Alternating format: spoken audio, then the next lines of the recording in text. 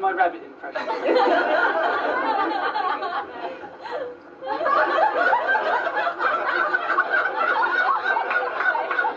And again.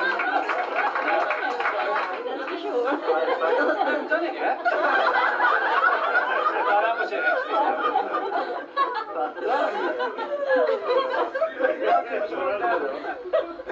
Missed it. I'll show you later. Okay.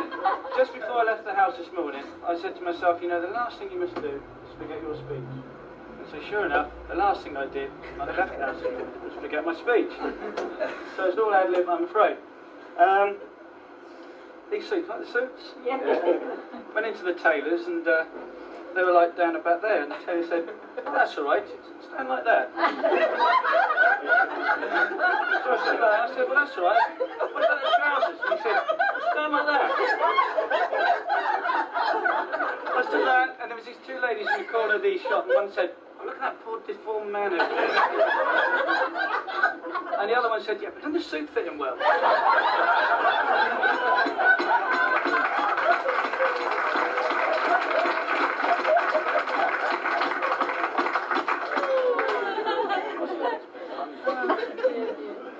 I'll get the Welsh joke out of the way.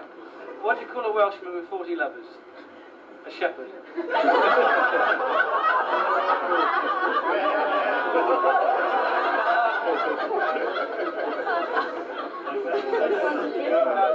don't know if you know, Mark and I went to a Pink Floyd concert last night, and I managed to write a few notes on the way back on the toilet, which I found. So if I can read them still. Right, here we go. Ladies and gentlemen, and all survivors of that stunning stag party, where Martin learned 4 new talents: disco dancing, when he upstaged the British champion, zigzags, breast fondling, cat burglary, and regurgitation.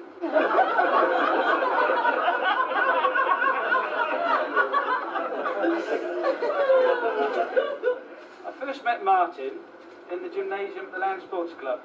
Introduced him to Trevor up at the bar. Said, Trevor, this is Martin, just moved down from Wales. Came down on his Welsh motorbike. It's a Ronda 500. And Trevor said, hello, Taff. And he hasn't been known as anything else since. I know this isn't a very original nickname, but to all his friends here in Bournemouth, there can be no other definition of the word Taff than Martin here. And he's never been offended by this term of endearment, apart from the fact he's named after the River Taff, one of the most polluted rivers in Wales.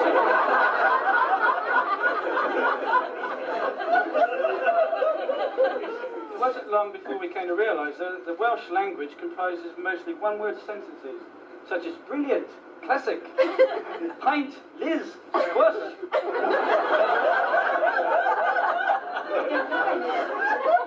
And countless others that are too obscene to mention.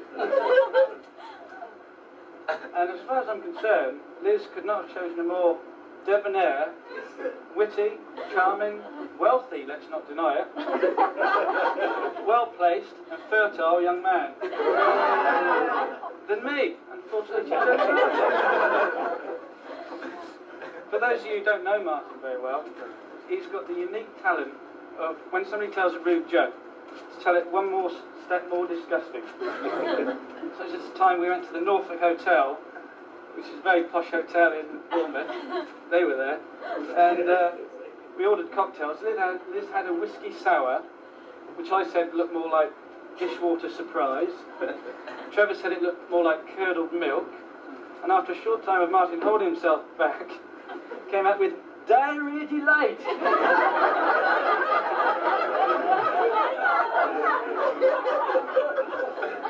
Much to Liz's disgust, and Martin was in the doghouse for a week.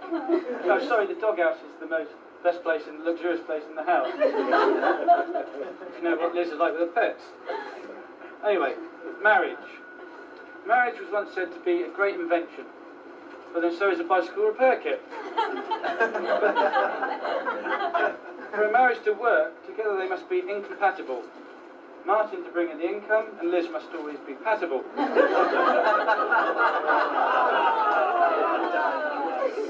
Although marriage, I've been told, does have its drawbacks. but then there are drawbacks and everything. I think. Yeah. Take murder, for instance. You get rid of somebody you don't like, then come the drawbacks. First, there's that little twinge of guilt, then there's the trial, then there's life imprisonment, and finally eternal damnation. Drawbacks. But seriously, I must take this opportunity on behalf of the Thursday Night Thirsty Boys Fight Pint Club, who are all present here, dotted around the place, in warning Martin, bets have been laid down that after 1 month of being married, Liz will have taken early retirement, bought 2 baby Rottweiler dogs, so she can spend all her days at home watching soap operas, waited on by a hunky black manservant serving her constant supplies of whiskey. I know Martin and Liz will be flying off tomorrow to some exotic place, which might be mentioned. They're not going on with these 2-week club holidays, which is a week at Gatwick and a week at Athens Airport. But if you're at all worried about crashing in the aeroplane, remember, the safest place to sit is at the back of the plane, because they've never heard of a plane reversing into a mountain yet. Or for extra safety, try to find out under which seat they keep the black box, because if that's the only bit they expect to get back, you should be fastened to it. And incidentally, did you know that the Concorde flies at 1,500 miles per hour? That's 25 miles per minute, faster than a bullet from any gun. There's no gun that fires ammunition at that speed, which is why they've never developed a military Concorde, because if it opens fire, it shoots itself down.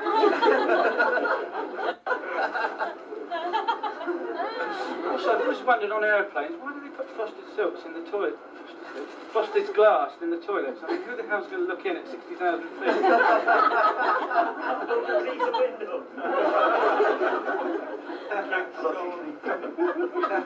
Anyway, I must say that I know it's Martin and Liz's choice to get married, but I know they've spent a lot of time and money, worked very hard to make this day enjoyable, not only for themselves but also for all of us here today. So thanks for that. Round of applause. Yes.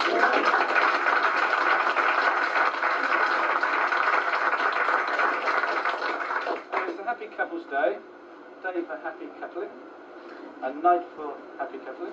I don't know what that is.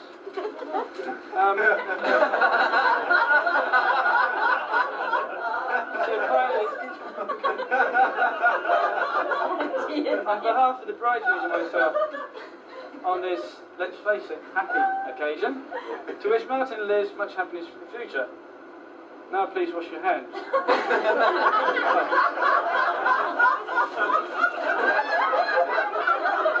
think I missed a bit out.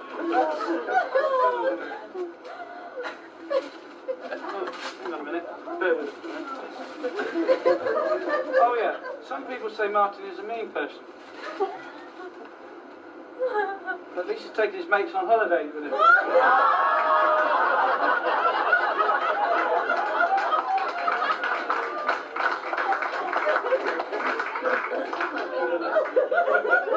I also have a bottle of Super Stud erection tablets here.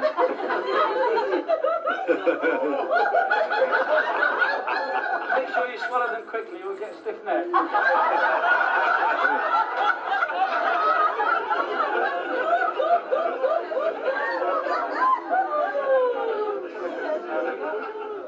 Telegrams now. There's a telegram came early this morning. Sorry, won't be able to retime at your drive today. Hope you get laid tonight though. Seamus and Paddy O'Flanagan. P.S. Have you got 30 quid for a couple of beers, guys? And, oh yes, best wishes from Down Under, Crocodile Scott. That's Kevin in Australia.